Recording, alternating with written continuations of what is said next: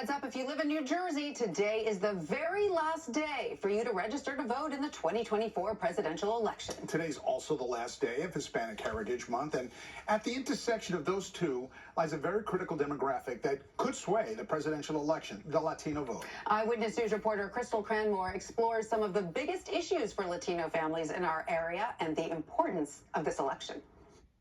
You might say coffee runs through Carlos Santiago Canu's veins. I've always had an idea that it would be so nice to have our family's coffee in New York. Santiago Canu was born in Colombia but grew up in Queens. He developed his coffee business in 2015, selling at farmers markets before opening the storefront last year. And we were able to go to school here, go to college, start a business, living the American dream. But inflation has driven the cost of that dream to new heights. Had to cut down on the amount of baristas I've had here. It's why Donald Trump has his vote this year. If we look at during President Trump's administration, there was a lot of statistics for all minorities, African Americans, Latinos, Asians, where their income was going up. It's the loss of women's rights. Caliris Salas Ramirez says a vote for Trump puts a lot at stake. For me, it's really important.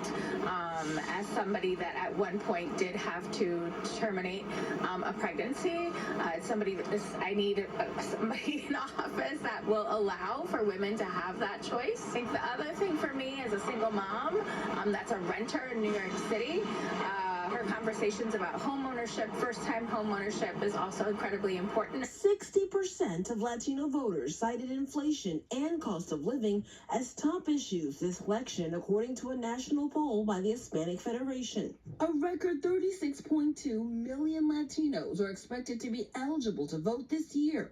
Here's why the organization says it matters. 73% of registered Latinos will definitely vote in the election. So what that tells us is that we're ready to participate in the election, we're paying attention, and we're going to be the deciding factor in all of the battleground states. Still an uphill battle, with Latinos and other minorities disproportionately affected by voter restrictions, including not having proper ID.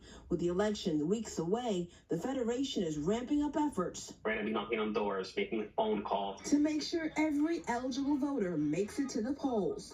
Crystal Cranmore, Channel 7 Eyewitness News. And moments ago,